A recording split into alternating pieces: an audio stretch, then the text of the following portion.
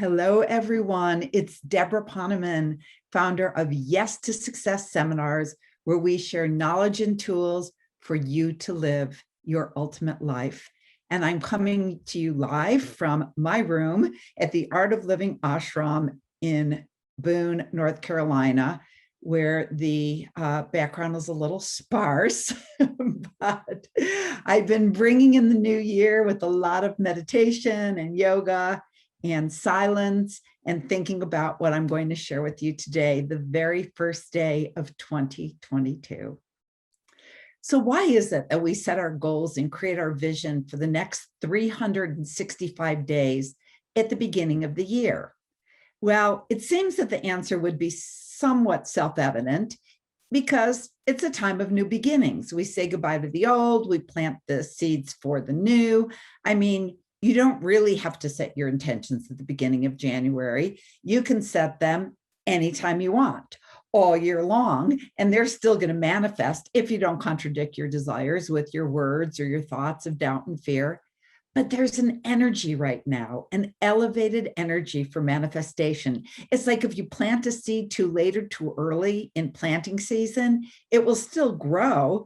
But if you plant it at just the perfect time, just when the Farmer's Almanac tells you to, it will grow more fully and it will grow more gloriously. These first few days of the year have just the perfect energy to plant your seeds for what you'd like to grow in the coming year. But first, we have to prepare the soil. And how do we do that? Well, for starters, by not complaining about what a horrible year 2021 was. I'm the first to admit that it was a bit of a challenging year, besides the suffering wrought by COVID and loss of life and loss of jobs and businesses that people built with their blood, sweat, and tears just vanishing, and families still missing each other, the grandparents missing the grandchildren's first words and first steps, and kids missing their friends. And who thought it would still be going on now, what, a year and a half later? And missing life events that mean so much to young people, like proms and graduations. And we saw things that really shook us up. Racism still running rampant, earthquakes, hurricanes, floods, now devastating fires, and continuing misery for refugees, and political turmoil like we've never witnessed in our lifetimes. And we hope that we don't have to witness for too much longer. But we made it through, and there's a lot to be grateful for.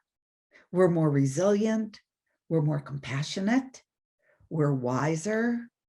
We have more trust in the perfection of the universe, even when there doesn't seem to be anything perfect about it. We have deep, well, maybe I won't say we found deep strength that we didn't know we have. I love the quote from Bob Marley, who once said, "You never know how strong you are until strong is the only choice." And we very well might be called on to be even stronger and go even deeper, because no one really knows what's in store for 2022. We just don't. We don't have a crystal ball, just like we didn't for 2020 or 2021. But we do know this, that what we put our attention on is what manifests in our life. It's the law of attraction. It's not the theory of attraction, it's a law. So if we start off the year by rehashing all of what was wrong in 2021, then that's the foundation we're going to lay for 2022. That's the soil in which we're going to be planting our seeds for the coming year. If we put our attention solely on the pain and the suffering, we get more pain and suffering. If we put our attention on the good, then that is the soil in which we will be planting our intentions for 2022. And by the law of attraction, we'll have a much better chance of having good in the coming year. So let's do an exercise now together, and let's put our attention on what was rich and wonderful in this past year. So I'd invite you to take out a piece of paper and start writing all of the gifts of 2021, that powerful year of growth where we were asked to call forth our best selves. And start by writing at the top, thank you, God, or thank you, universe, or thank you, spirit or source, or whatever that sources, that energy is that you feel is guiding you. And then list everything you're grateful for. Thank you for my kids being home with me. We became closer as a family. Thank you for my father-in-law's peaceful passing. Thank you for my son's recovery from COVID. Thank you that I realized the importance of family. Thank you all for all the time that I had for my own personal growth. Thank you for the realization that I had to leave the relationship I was in. Thank you for when I spoke up at work and told my boss, this is not working for me. Thank you that I had the time to finish writing my book or learning to play the guitar. Thank you for the healthcare workers who risk their lives for our friends and families.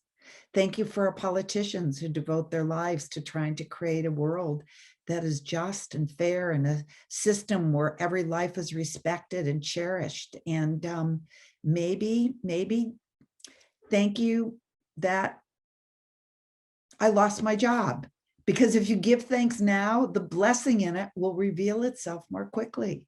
So you might say thank you for some things that happened in the political arena. So let's take a few minutes to make your list. And while you do, I invite you to pause the video and come back when you're done.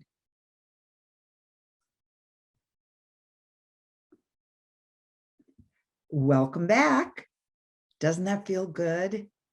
It creates a higher vibration. I mean, 2021 was a magical year in so many ways. And by the way, again, I'm not saying that we should deny the incidents that need remedying from 2021 or saying now we shouldn't continue to fight for justice and democracy and equality because that's putting our attention on negativity. We should take action. But what we don't want to do is rehash the horribleness with our friends. Instead, use the power of your intention to discuss solutions and look for the good, look for the silver lining, and find a way to come to a place of love. One of my great teachers, Sri Sri Ravi Shankar, once said, nothing you do from a platform of anger will ever bring good results. You'll be much more effective in offering your solution when you do speak up and offer the solution from a place of love. Martin Luther King also said something about this. He said, darkness cannot drive out darkness. Only light can do that. Hate cannot drive out hate. Only love can do that. And if you come from a place of love, you'll also be contributing to a future world that will be more filled with love. Everything is energy, you know that. And I remember they showed the science in the movie, What the Bleep Do We Know? That our thoughts can actually affect matter. Remember that? The scientists in What the Bleep share that if we see the world as a fearful, horrible place, it becomes more of a fearful, horrible place by the power of our attention. And if we look for the love and see the world as a loving place, we infuse love into the fabric of our planet. If we look for the grace in even the darkest places, the darkest corners, we'll find it. And our finding it will, again, create more grace. What we put our attention on grows in our lives. And the more grace and love and compassion grow in our life, the more we become lighthouses of grace and the more we contribute to a world that works. So back to our goals for 2022. So I'm going to sign off now. And what I want you to do is take some time to write your goals, because together we've created that fertile soil of recalling what was glorious about 2021. And now you're going to plant your seeds in that soil. And remember to set your goals or intentions. I'm not much for nitpicking. Oh, are they goals? Are they intentions? Just write them down.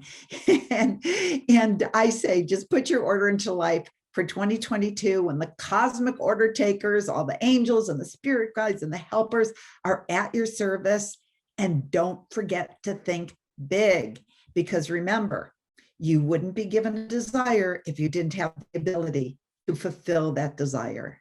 The creator, that infinite intelligence, is not a trickster and would not give you a desire and then say, but ha ha ha, I'm not going to give you the ability to fulfill it.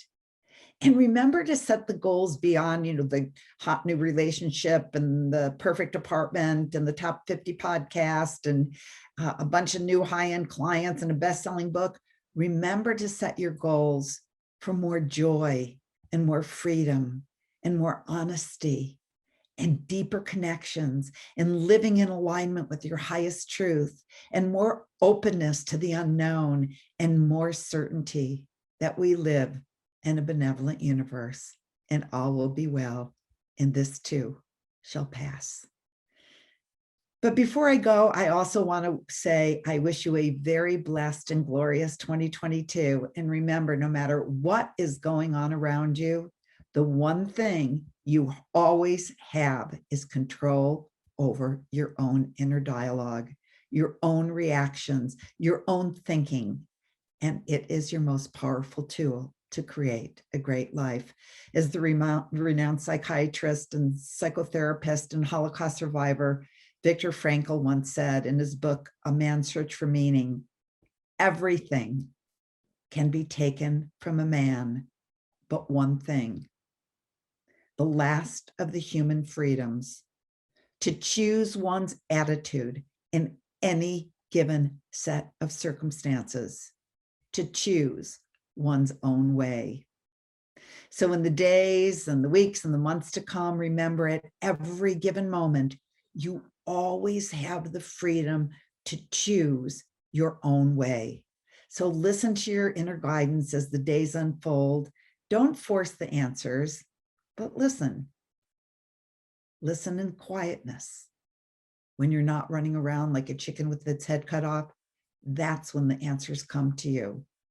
See what the divine has in store for you just by listening to the guidance that comes, and go with the flow. And also set your goals for magical surprises and synchronicities that will guide you to your best 2022. That's a goal I'm going to be setting for this year. Magical synchronicities that I know are signs as to what is my next step. What direction should I go in? That I'm going to do. And I'm also going to do what my friend Rosie Brewer recommended. And that is, in Rosie's words, and I will read you. She sent this to me last night. Be powerful, be huge, be grand, be awesome and amazing and extraordinary, be mighty, be gloriously proud, go for broke, smash the ceiling, stand tall, stand taller, speak up, speak out, be loud, be louder, be seen, be heard, be gorgeous, be messy, be complicated, be vibrant, be different, be unique, be bold and audacious, and wear your scars like freaking stardust. Make mistakes, fall down, get up, fall down, get up again, fall up, stand up and flutter your gorgeous wings. Take risks, take chances, make choices, good choices, bad choices, a million plus choices. Declutter, recycle, floss, love yourself mightily, love yourself with every fiber and in your being.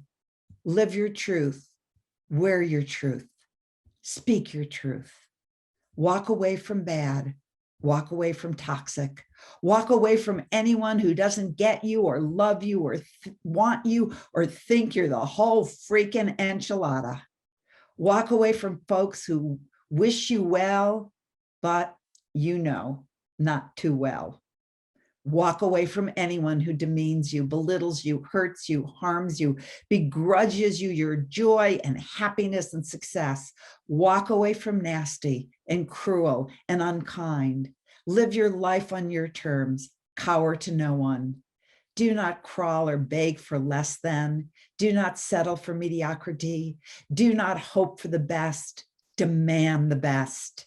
Do not believe for 1 second that you are not worthy, deserving, lovable, necessary, important, vital, blindingly beautiful, and fierce. Really fierce. Do not go back to the end of the line. Start a new line. Period. Beginning of story. So may 2022 be the beginning of your story, and make it a glorious one. Love to you.